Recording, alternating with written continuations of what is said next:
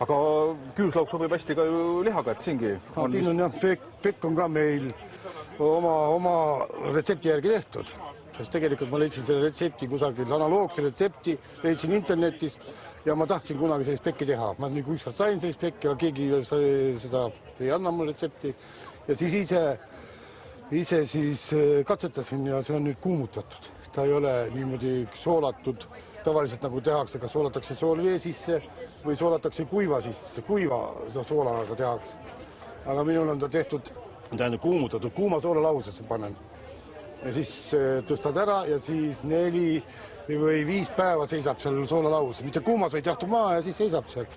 Mis komponendid siin on, et küüslauk on selge? Siin on, tähendab, soolalahusesse panen ma vürtsa hästi palju panen tšillihelbeid, nii et köögijuhk on kohe nii kange, et takistab hingamist.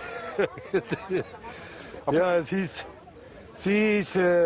ta on seal 4-5 päeva sees kanges soolalahusesse, 10 liitri kohta võtab 3 kilo soola. Ta on nii kange ikka. Ja siis võtab sealt välja, kuivatame ära salvrätikutega, siis mõõrume peenestatud musta pipraga üle ja siis purustame tavalist valget küüslauku, tavalist küüslauku ja siis roheline küüslauk, mis on meil. Selle purustame ära ja siis sellega hõõrume veel küüslaugu üle.